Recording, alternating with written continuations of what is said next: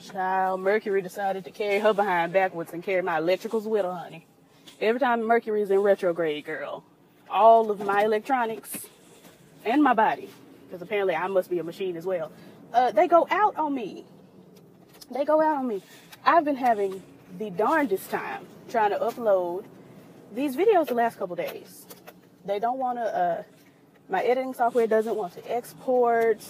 YouTube wants to take her sweet time uploading, child, and all sorts of things. It's just been a mess. Anyway, girl, y'all didn't come here for that. Y'all came here for Empire. I was kind of glad to see, girl, I was kind of glad to see Empire come back. You know, Empire is not my, like, favoritist. It's not my end-all, be-all forever and ever. It'll do, but honestly, I'm putting up with Empire mostly because of my love for Taraji P. Henson. I want her to have a check, so I'm gonna watch her show. That's basically how I felt. But the premiere, the mid-season premiere was good. Who is this calling me? I'm sick of these phone calls. I'm gonna answer it. Hello? Hello? Right. They call and hang up all day, child. And I know they're not calling for me because this is my second phone. And don't nobody have the second phone number. I accidentally gave it to my auntie the other day, and I said, Lord Jesus. Lord indeed. But anyway, girl, y'all came here for Empire, so let me get over to the notes, child. So, all in all, girl, Dwight done got captured. But it's Lucius's mind in Dwight's body. So, what's her name? Dr. Demi. Dr. Demi is sitting over here doing the most. She done, when, at the end of the last episode, Lucius was over there visiting his son at the mental hospital or whatever, the institution, child. And Dr. Demi done swung up in there and stabbed him in the neck with some sort of a tranquilizer sedative, girl.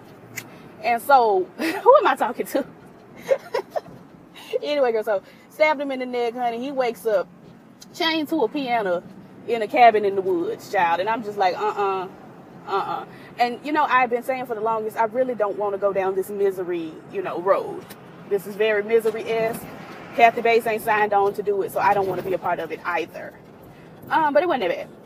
So he chained up, girl, and Cookie over there telling Parched is thirsty, for those of you that are new. Dr. Demi is Claudia. Her name is Demi Moore in real life, so I call her Dr. Demi. Parched is Thirsty, the lawyer. And I got a couple other nicknames I'm going to probably have to run through with y'all. But so Cookie is like, hey, Parched, so girl, guess what? Can't find Lucy. And, they found this note that was supposed to be written from Lucius, but they said he wanted some alone time, and they don't even sound anything like Lucy. So they suspicious and trying to figure. Now look here, my phone, my other phone, my actual phone, my calling phone, honey, done slid over. Anyway, so we having these flashbacks in the midst of all that's going on.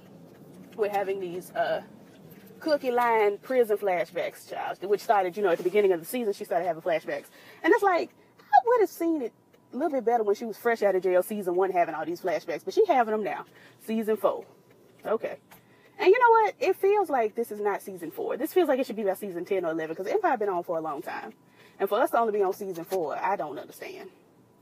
Anyway, so Potch eventually comes to the conclusion that Dr. Demi has Lucy. Now, Lucy is Lucius. I'm sure y'all got that.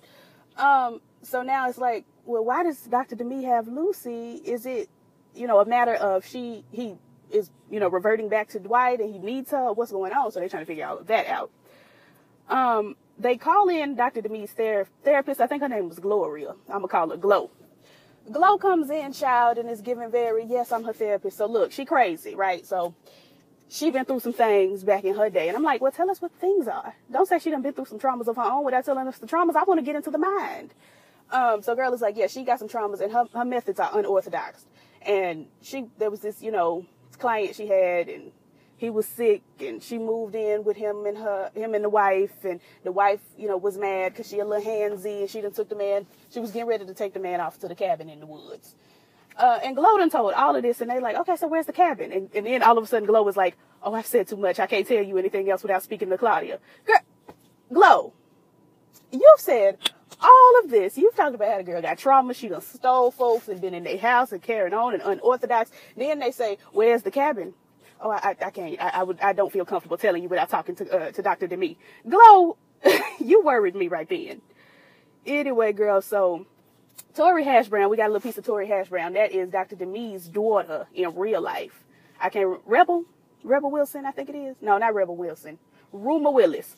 Honey, white girl. The white girls just all run together for me. But Rumor Willis is playing Tori, I think it's Tori Ash.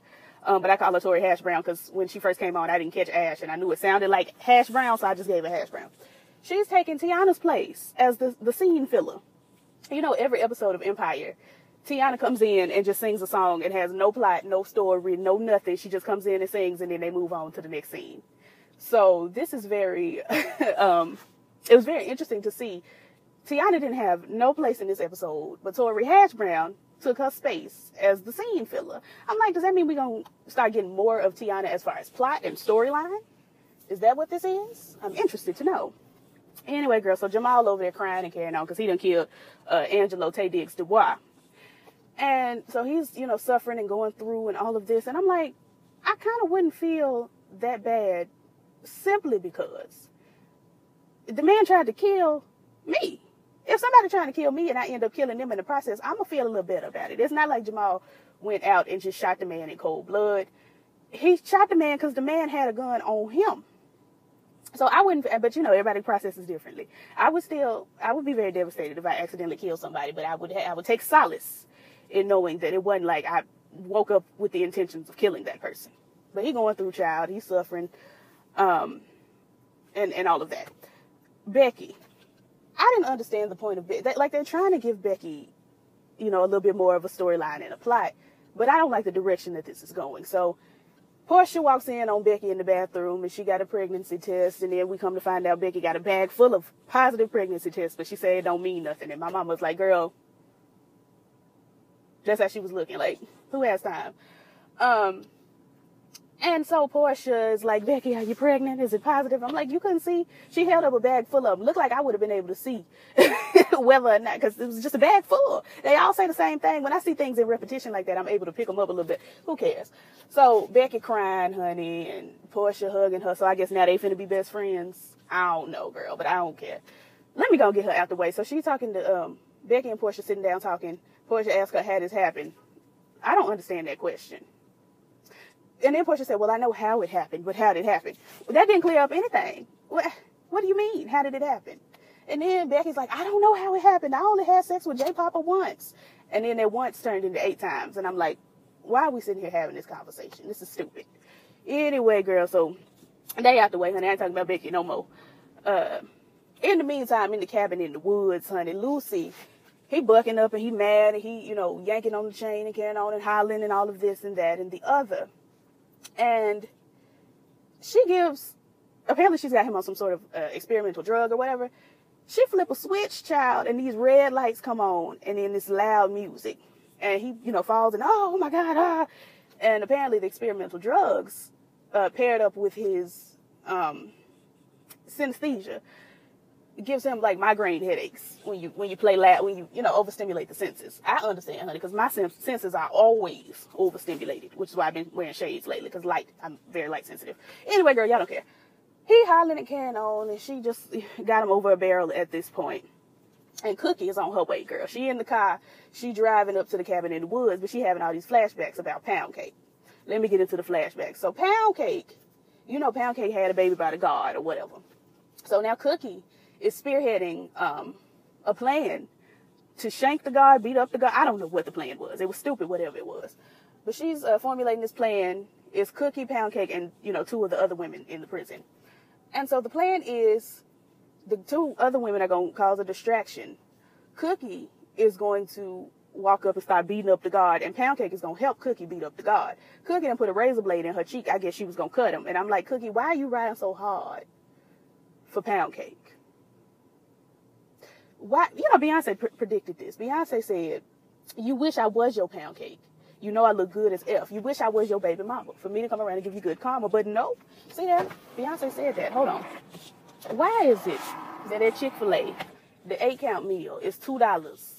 $2 less than the 12-count meal. Girl, it's 4 nuggets. Why is each of your nuggets 50 cents? I don't understand. Anyway, child. Where was I? Oh, yeah, so Pound Cake. So, girl, come to find out, honey. Well, not even come to find. Let me find you out later. But let me tell you what happened. So I'm sorry, y'all. I'm all over the place. I'm tired. But not come to find. Hold on, let me get my mind aligned. So at the function, honey, we had chow, which is what I guess prisoners call lunch. Honey, I would just call it lunch. We're just going to lunch. But they had chow, honey. It sounds a little less appetizing to me. But I guess prison food ain't good. I don't know.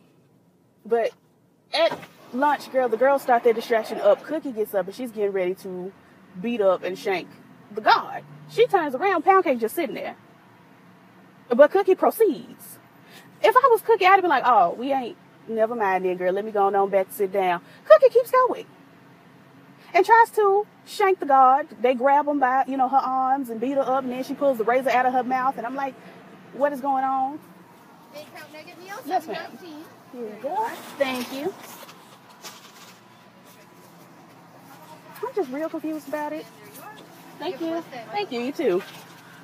Okay, I asked for a large, but that ain't what I got here. But we ain't gonna put up too much of a journey. I really would like to get over with this car.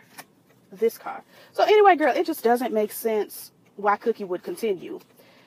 And she pulls it, and I kind of understood. I half understood why she pulled the blade out of her mouth, because she's getting kicked and she's got a blade in her mouth. And if you bite down or if you get kicked in your face, the blade could cut your mouth and everything. But the whole situation was just crazy. It was crazy. It was stupid. I ain't want it. I was aggravated. Anyway.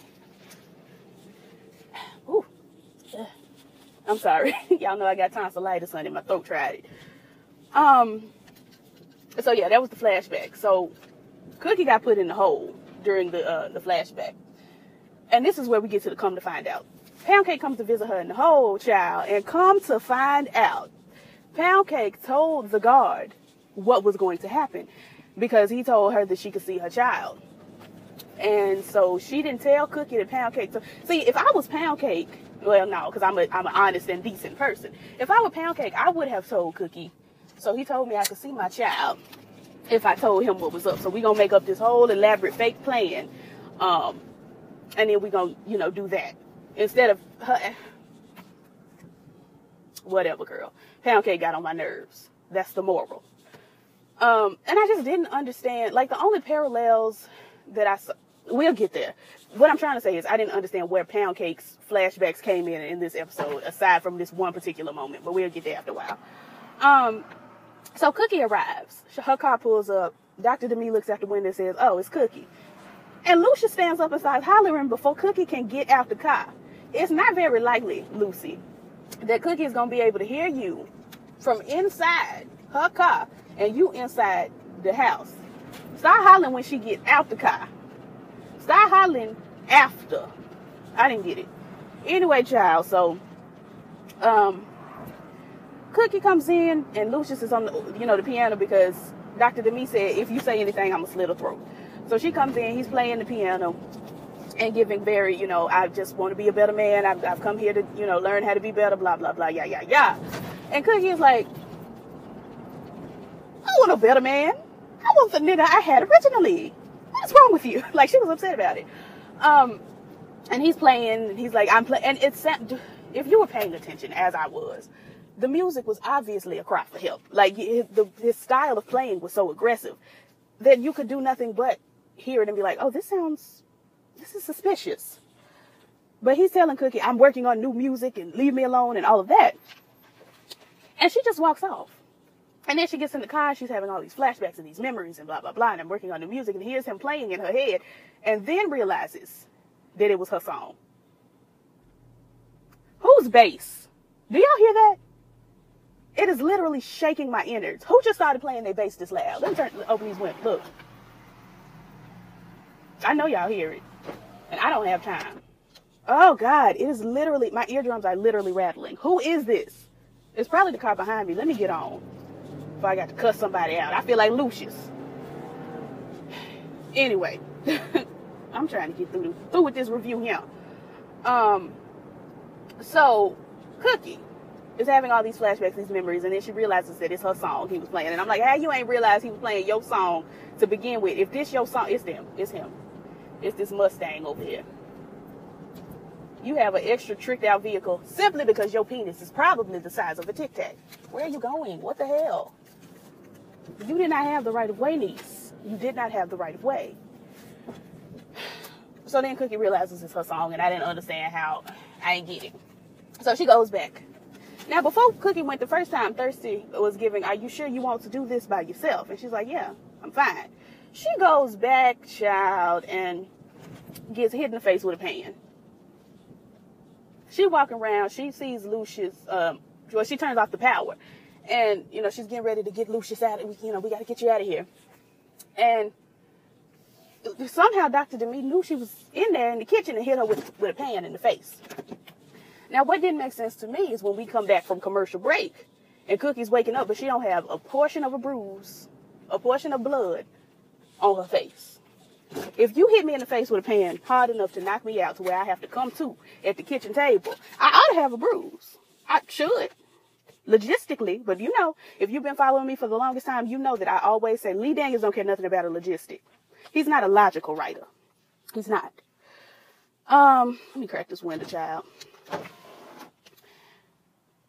Lucius goes on about how he loves Cookie. Cookie goes on about how she loves Lucius, and they talking about how they got all these dead bodies between them, honey. And Dr. Demi is shook. She's upset. She's like, you guys kill people and you do blah blah. And I'm like, girl, you sitting here with them tied up in your cabin in the woods. So all of y'all crazy, each of you. And so Dr. Demi is trying to have like this weird therapy session where they all sitting and chitting and chatting, girl, and it was on my nerves. And they talk about how game recognize, Lucia says, you were an opportunity for me to come up, and I was an opportunity for you to not be whatever, I don't know, girl. And game recognized game, and Dr. Demi's like, so it wasn't love. And I'm like, it may not have started as love, but I think they probably love each other now. Because I'm not going to a cabin in the woods for somebody I don't love. Let one of my ex-boyfriends be in a cabin. Oh, he in a cabin in the woods. Dang. What a shame. Hope y'all find him. Like, that's how I'm going to be. That's how I would be. Anyway, girl, so all of this is going on, and the therapy and the craziness. Glow comes up. She drives a blowing horn in the middle of the night. That's one thing I can't stand. It should have been on my pet peeves list from a video yesterday. Or day before, girl. I don't know. Was it yesterday? I don't know. I cannot stand when folks drive up to your house blowing, and I especially can't stand when folks drive up to your house blowing in the night. Don't blow outside my house in the nighttime. Don't do that. So Glow comes up, honey, and she's giving, Lucius Lyon's family is worried about, him. Do you have him in there? I need to blah, blah, blah, and do. And she, invites herself to come on in the cabin. So she walks past Dr. Demi, honey. Dr. Demi gets a stick, and busts Glow upside her head, child, and Glow is laid out in the yard. Dr. Demi goes back in the house, but when she goes back in the house, Cookie done freed herself because she had that razor blade in her cheek. And that's the only reason I could kind of see the flashback correlations, because she had a razor blade in her cheek. We didn't really have to talk to Pound Cake, though.